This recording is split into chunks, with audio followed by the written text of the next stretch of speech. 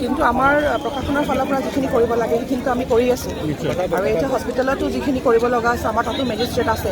জেগাই জেগাই আমাৰ মেজিষ্ট্ৰেট আমি ডেপ্লয় কৰিছোঁ আৰু ইয়াতে মোৰ লগত এডিশ্যনেল এছ পিও আছে